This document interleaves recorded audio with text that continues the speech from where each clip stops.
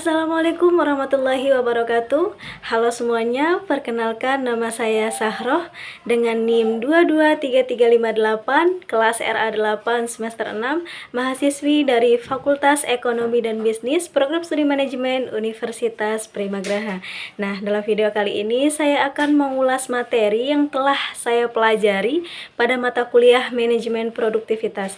Adapun tujuan dibuatnya video ini adalah untuk memenuhi syarat penilaian ujian tengah semester atau UTS pada mata kuliah Manajemen Produktivitas, dosen pengampu Bapak Ade Faisal Maftuhi, SEMM. Adapun materi pembelajaran yang akan kita bahas pada video kali ini yang pertama yaitu mengenai konsep dan dasar manajemen produktivitas, yang kedua ekivalensi persyaratan untuk membandingkan perusahaan, yang ketiga penyebab dan dampak peningkatan produktivitas, yang keempat siklus produktivitas dan pengukuran produktivitas, yang kelima evaluasi produktivitas, yang keenam perencanaan produktivitas dalam jangka panjang dan juga jangka pendek, dan yang terakhir atau yang ketujuh yaitu productivity improvement and sustaining. Nah, materi yang pertama yang akan kita bahas yaitu mengenai konsep dan dasar manajemen produktivitas. Nah, sebelum melangkah lebih jauh, perlu kita ketahui atau kita pahami terlebih dahulu apa definisi dari produktivitas. Nah, produktivitas adalah perbandingan antara output atau hasil dengan input atau sumber daya dalam proses produksi. Nah, produktivitas ini mencerminkan efisiensi dan juga efektivitas penggunaan sumber daya. Secara sederhana, produktivitas sama dengan output dibagi dengan input.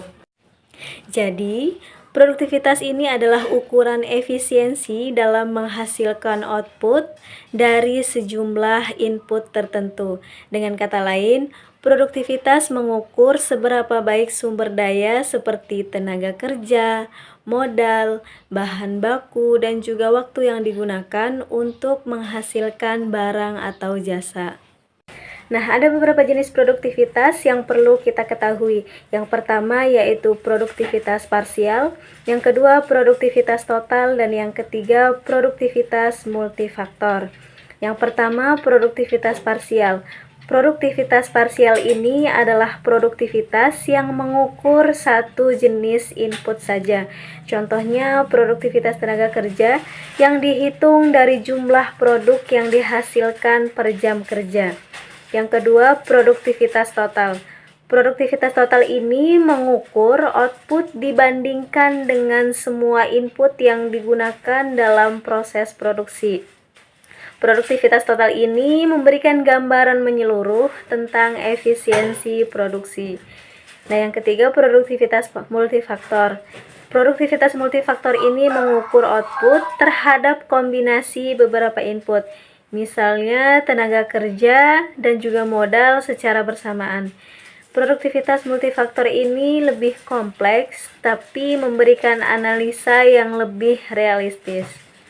Nah, memahami jenis-jenis produktivitas ini sangatlah penting agar kita bisa mengidentifikasi area mana yang perlu diperbaiki dan juga bagaimana mengelola sumber daya secara optimal. Nah, materi yang kedua yaitu ekivalensi persyaratan untuk membandingkan perusahaan. Membandingkan produktivitas antar perusahaan memerlukan standar yang setara, seperti jenis produk, kualitas, waktu, dan juga kondisi produksi, agar hasil perbandingan valid dan juga adil. Ketika kita ingin membandingkan produktivitas antar perusahaan, kita harus memastikan bahwa perbandingan tersebut dilakukan secara adil dan setara. Hal ini disebut juga dengan ekivalensi persyaratan. Misalnya, kita tidak bisa membandingkan produktivitas perusahaan yang memproduksi barang dengan kualitas tinggi dengan perusahaan lain yang memproduksi barang serupa tapi dengan kualitas rendah. Begitu juga dengan kondisi produksi seperti teknologi yang digunakan. Tingkat keahlian tenaga kerja dan juga waktu produksi harus sebanding. Jika persyaratan ini tidak setara, maka hasil perbandingan akan bias dan tidak mencerminkan kinerja sebenarnya.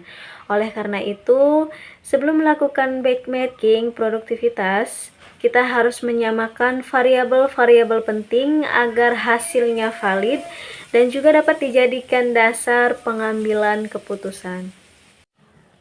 Nah, materi yang ketiga yaitu penyebab dan dampak peningkatan produktivitas. Untuk penyebabnya yaitu inovasi teknologi, peningkatan keterampilan tenaga kerja, manajemen yang lebih baik, dan juga motivasi kerja.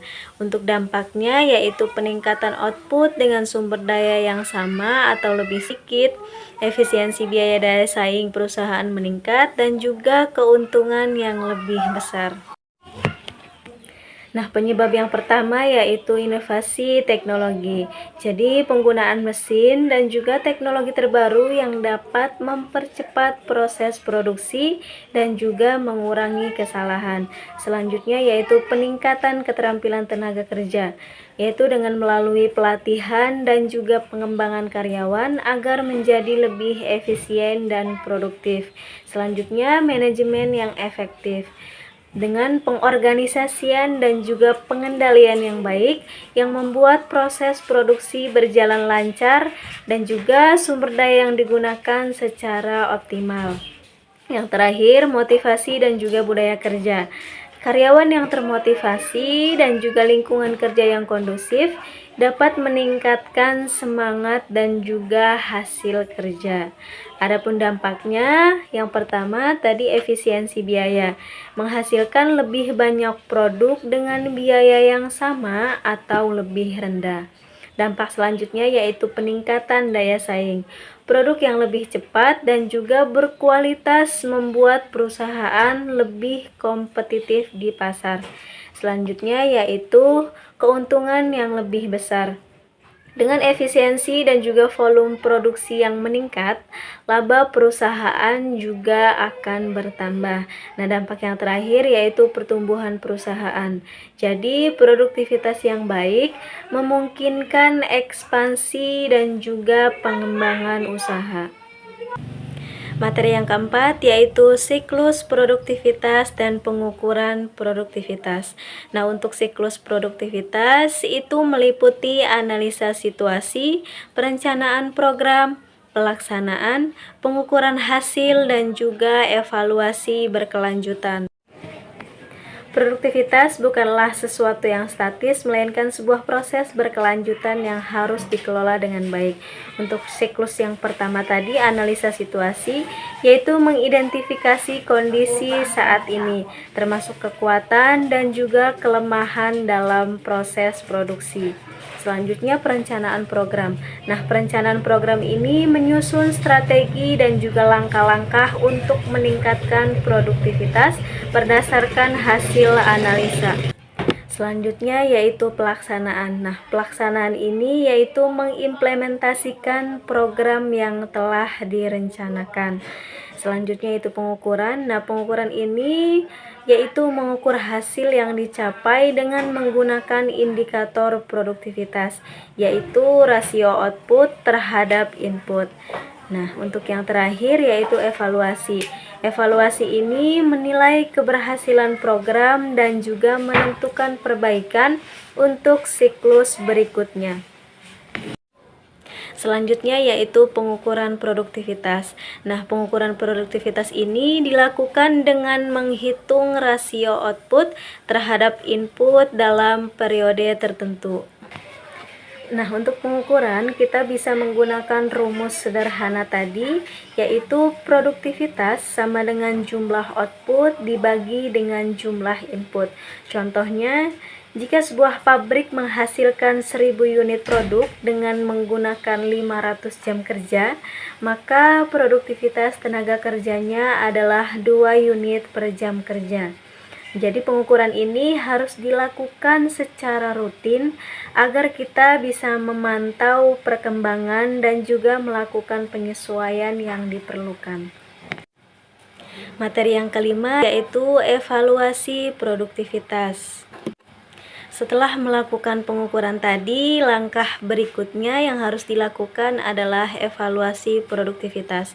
Evaluasi ini dilakukan untuk menilai efektivitas dan efisiensi penggunaan sumber daya, meliputi analisa gap antara target dan juga capaian, serta faktor-faktor yang mempengaruhi produktivitas untuk perbaikan selanjutnya. Yang pertama, gap analisis. Jadi selisih antara target dan juga hasil aktual. Jika hasil kurang dari target, kita perlu mencari penyebabnya. Nah, untuk faktor pengaruh yaitu memahami faktor-faktor apa saja yang mempengaruhi produktivitas, baik positif maupun negatif.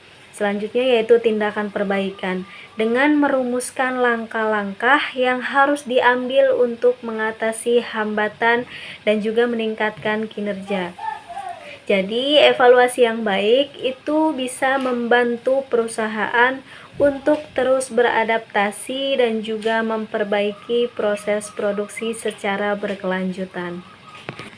Nah, materi yang keenam yaitu perencanaan produktivitas. Perencanaan produktivitas ini sangat penting untuk memastikan bahwa tujuan produktivitas dapat dicapai secara sistematis. Perencanaan produktivitas ini dibagi menjadi dua, yaitu perencanaan jangka panjang dan juga perencanaan jangka pendek.